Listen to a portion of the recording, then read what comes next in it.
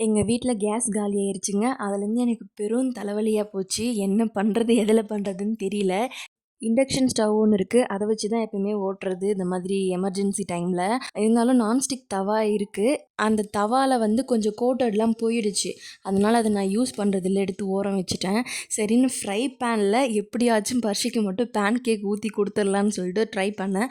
First ட்ரையில் ரொம்ப தீஞ்சு போச்சு. அதுக்கப்புறம் நெக்ஸ்ட்டு ட்ரையில் ஓரளவு ரொம்பவே பாயிண்ட் கம்மியாகி வச்சு 80ல் வச்சேன். அவனுக்கு வந்து பேன் கேக் அந்தளவு பிடிக்காது. இருந்தாலும் வேறு வழி இல்லை, அவனுக்கு இதுதான். முன்னாடியெல்லாம் டிவி போட்டால் டிவி பார்த்துட்டு அமைதியாக உட்காந்துட்ருப்பான். இப்போலாம் சார் டிவி ஓடினா கூட டிவி பார்க்க உட்காரதில்ல. கிச்சனுக்கு வந்து அம்மாவுக்கு பயங்கரமாக ஹெல்ப் பண்ணணும்னு சொல்லிட்டு கிச்சனுக்கு வந்துடுறான். இந்த பேன் கேக்கை அவன் 1.5 மணி நேரம் சாப்பிட்டான். 1.5 மணி நேரம் பொறுமையாக ஊட்டி முடிச்சுட்டு அதுக்கப்புறம் போயிட்டு என்னுடைய சமைக்கிற வேலையை அதுக்கப்புறம் தான் ஸ்டார்ட் பண்ணணும். இண்டக்ஷன் ஸ்டவ்வில் தான் தக்காளி சாதம் பண்ண போகிறேன். ஆஃப்டர்நூன் லஞ்சுக்கு வந்தப்போ அவர் வேறு சிலிண்டர் சேஞ்ச் பண்ணி கொடுத்துட்டாரு.